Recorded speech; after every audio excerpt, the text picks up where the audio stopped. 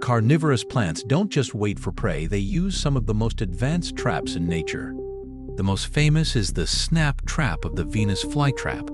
Others use sticky traps like the shimmering leaves of the Drosera, also known as the sundew.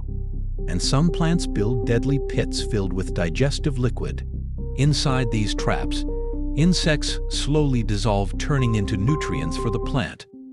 But the strangest carnivorous plants may be the largest and the most dangerous.